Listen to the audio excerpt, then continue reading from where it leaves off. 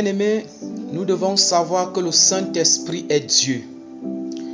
Toutes les personnes de la très sainte Trinité ont une identité divine, sans exception, le Saint-Esprit y compris.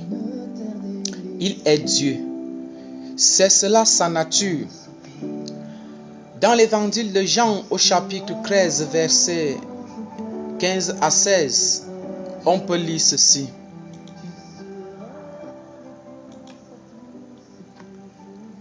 Si vous m'aimez, vous garderez mes commandements. Je prierai le Père et il vous donnera un autre paraclet. Ces paroles sont de Jésus lui-même. Il s'identifie comme un paraclet, lui qui est Dieu.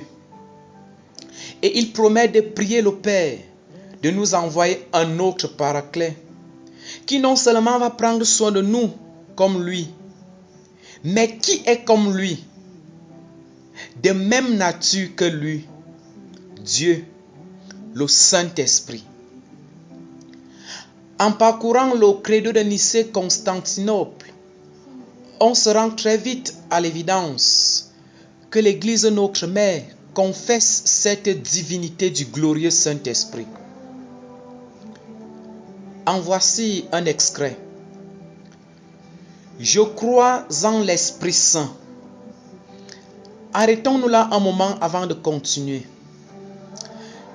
L'acte de croire en n'est réservé qu'à Dieu seul.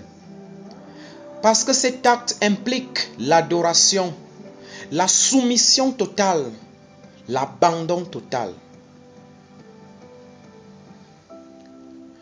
Je crois en l'Esprit Saint, qui est Seigneur et qui donne la vie. Rappelons-nous du livre de la Genèse, chapitre 2, verset 7. Alors Yahvé Dieu modéla l'homme avec la glaise du sol. Il insuffla dans ses narines une haleine de vie, et l'homme devint un être vivant. Précisons que c'est Dieu qui insuffle cette vie. Et le credo nous dit que le Saint-Esprit donne la vie. Donc, il est Dieu. Le credo poursuit en disant, il procède du Père et du Fils, il reçoit même adoration et même gloire. Autrement dit, tel que le Père et le Fils sont adorés et glorifiés, c'est ainsi que le Saint-Esprit est adoré et glorifié. Tout simplement parce qu'il est Dieu.